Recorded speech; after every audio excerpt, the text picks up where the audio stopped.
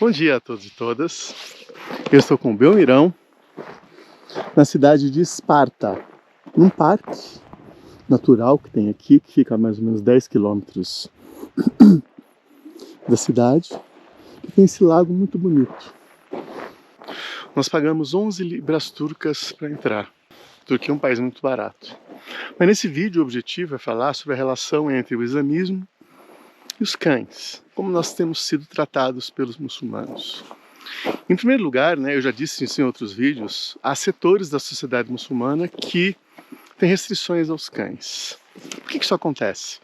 Porque Maomé, uma das partes do Alcorão, ele chega a associar aos cães a impureza.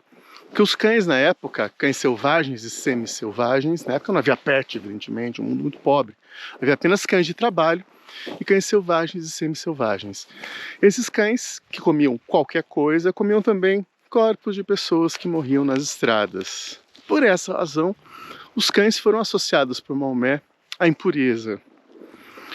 E por essa razão também, uma parte significativa dos muçulmanos querem distância dos cães. Ou seja, quando você anda na rua, as pessoas meio que correm, mudam de calçada imediatamente, etc. Isso não implica, no entanto, em maltratamento. Nós somos muito bem tratados. E a maior parte da sociedade parece conviver bem com cães. Então, o Belmiro recebe carinhos na rua, no apart hotel onde nós estamos. Então, nós somos muito bem tratados, apesar de uma parte da sociedade ter essa restrição aos cães. No entanto, é super importante destacar o Alcorão, assim como a Bíblia, assim como a Torá judaica, são livros que podem ser contextualizados e, além disso, seus textos, obviamente, estão sujeitos à interpretação. Isso fez surgir aqui na Turquia. A Turquia é o país mais secularizado do Islã. Um movimento que está contestando, pedindo para que os sacerdotes, os líderes da religião, revejam essa restrição aos cães. Olha que interessante. Essas pessoas que têm um abaixo-assinado aqui na Turquia têm um argumento muito forte. Eles dizem o seguinte: bom, Maomé escreveu realmente que os cães são animais impuros, mas ele escreveu sobre os cães selvagens. O Maomé, obviamente, não estava pensando nos pets que existem hoje, que comem ração de qualidade, que são tratados como membros da família, ó, Belmirão. Maomé estava pensando nos cães selvagens e é necessário uma reinterpretação dessa restrição aos cães. Então, na Turquia, em setores mais secularizados, aquele setor que consegue separar um pouco a religião da vida privada, tem pedido a reconsideração sobre a restrição aos cães. No mundo muçulmano, os muçulmanos que seguem realmente a religião, eles oram 5 vezes por dia. Então, nos templos muçulmanos, eu vou colocar um vídeo no final que eu gravei na cidade de Esparta, num outro lugar ontem, que mostra o chamado para as orações, que é muito bonito. É uma cantoria que dura aí uns 5 minutos, que acontece 7 vezes por dia. Ou seja, há o chamado 7 vezes por dia para as orações, e o muçulmano deve orar 5 vezes por dia. Ele deve também respeitar o Ramadã, que é o mês sagrado dos muçulmanos, em que eles não podem nem comer e nem beber água entre o nascer do sol e o pôr do sol. Ou seja, eles têm que comer durante a noite só e beber água durante a noite. É claro que há um tratamento especial a pessoas idosas, doentes e mulheres grávidas, mas a população sadia tem que seguir o mês do Ramadã. E os muçulmanos, uma parte deles, segue então essa restrição aos cães. E tem um detalhe super importante que eu esqueci de dizer, é que os muçulmanos aceitam os cães de trabalho. Ou seja, o cão como segurança, para o pastoreio, esses são admitidos pelos muçulmanos. E é interessante destacar que, em algumas situações, eu já usei o argumento de que o Belmiro era um cão de trabalho.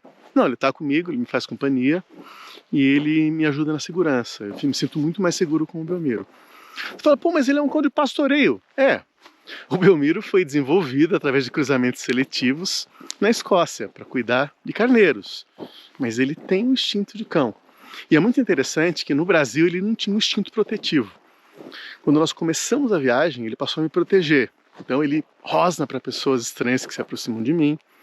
Quando nós dormimos em barraca, qualquer som, ele escuta muito antes da gente, Ele me acorda. Então ele tem realmente uma função de segurança na viagem. Além de ele ser divertidíssimo, dele ser uma companhia sensacional, ele me ajuda na segurança. E eu já usei esse argumento algumas vezes. Ele é um pet, é um cão de trabalho. Mas lembrando, nós somos muito bem tratados na Turquia, porque a Turquia também é um país muito secularizado. Na Turquia, o líder que criou a Turquia das cinzas do Império Otomano, eu vou fazer um vídeo depois sobre isso, ele acreditava que a associação entre religião e Estado traria retrocessos, não permitiria que o país se desenvolvesse. Então o Atatürk, que é a lenda, o mito aqui do país, ele é a lenda do país, que foi o cara que pegou as cinzas da Turquia, que estava assim, invadida por várias potências, que tinha sido humilhada ao final da Primeira Guerra Mundial, quando o Império Otomano se dissolveu. Ele conseguiu expulsar as forças estrangeiras, por isso ele é um herói nacional, conseguiu reconstruir o país sob bases secularistas, separando religião de Estado. Então essa é uma espécie de regra básica aqui, separar religião de Estado. Então, os religiosos, embora quase toda a população seja muçulmana, eles não apitam muito na política. Embora o Erdogan, que é um cara autoritário, que está no poder já há uns 15 anos, tenha feito uma certa reaproximação com os setores islâmicos, concessões. Mas desde o Atatürk que há essa separação. Atatürk é a lenda do país. Cada cidade que você vai tem monumentos maravilhosos para ele. A data que nasceu Atatürk é feriado. A data em que começou a guerra de expulsão dos estrangeiros é feriado. E tem uma curiosidade na Constituição, no Código Penal turco, que se você falar mal do Atatürk ou xingar o Atatürk, isso é crime passível de prisão aqui na Turquia. Então assim, não critique Atatürk aqui, que ele é amado pela população, porque ele conseguiu devolver um pouquinho do orgulho ferido dos turcos depois da dissolução do Império Otomano, da implosão do Império Otomano e da humilhação que os turcos passaram ao final da Primeira Guerra Mundial. A Turquia hoje é um país que tem um bom nível de vida, próximo dos europeus já. Ela tem parte do seu território na Europa, mas a maior parte está na Ásia, uns 5% só na Europa. E é um país assim que me surpreendeu. Primeiro pela generosidade das pessoas, pela gentileza das pessoas, e depois pela beleza, e porque é um país muito barato também. É disparado o país mais barato que nós já visitamos. A Turquia é o nosso 27º país, e disparado o mais barato. Mas é isso, eu queria mais comentar mesmo sobre a relação entre os turcos e os cães, como a gente tem sido tratado. E, em síntese, temos sido bem tratados. É claro que aqui não é uma Itália ou Alemanha, né? Ou uma França, mas nós temos sido muito bem tratados, apesar de parte da sociedade não querer contato com o Belmiro. A gente respeita, né? Afinal, estrangeiro que sou eu. Valeu, abração para todos e todas. Belmirão, dá tchau. Fiquem bem.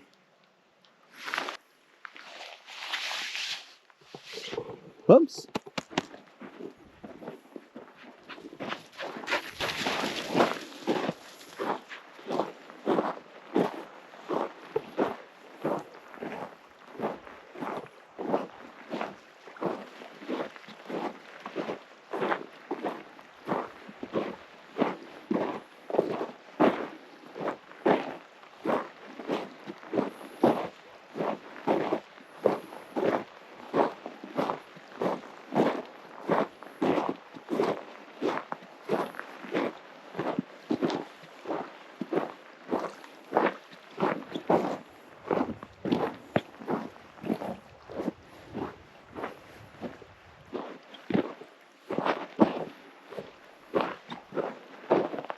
Eu estou com o Belmiro na cidade de Esparta, na Turquia. O Belmirão está aqui. Belmirão, dá oi.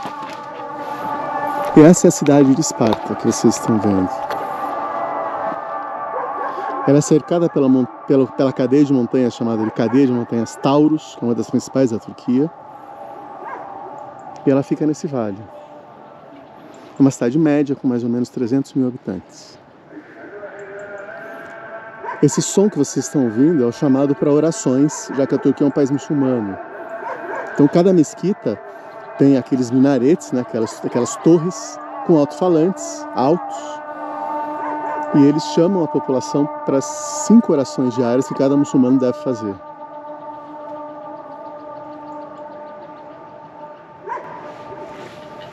Muito bonito aqui o local.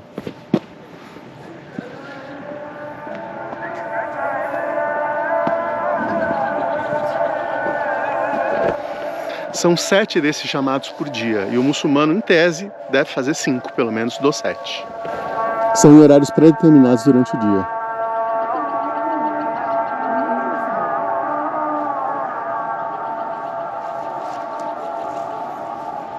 Cada mesquita faz o seu chamado.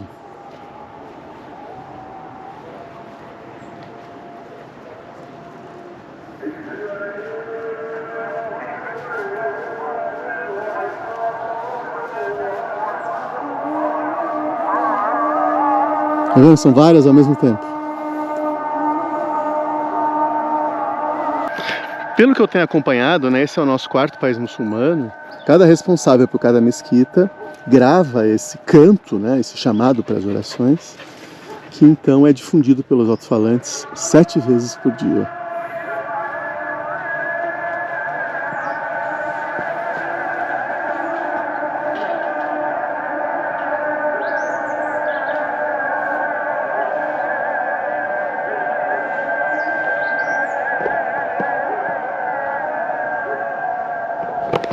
É claro que o termo muçulmano é um termo genérico.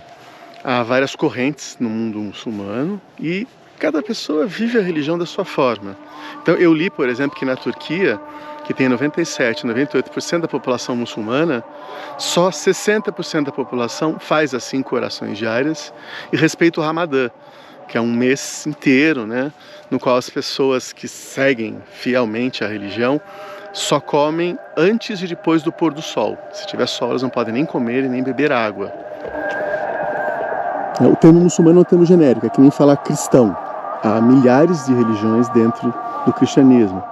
No caso do mundo islâmico, há muitas variantes, né? Muitas variantes da religião também.